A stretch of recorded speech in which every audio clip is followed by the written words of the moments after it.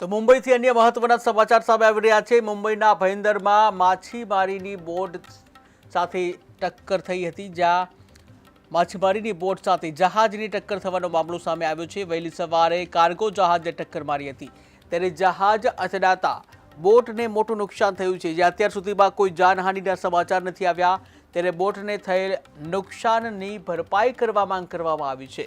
તો મહત્વના સમાચાર સામે આવી રહ્યા છે। મુંબઈના મુંબઈ ભયંદરમાં માછીમારીની બોટ જહાજ સાથે ટકરાઈ હોવાની ઘટના સામે આવી છે।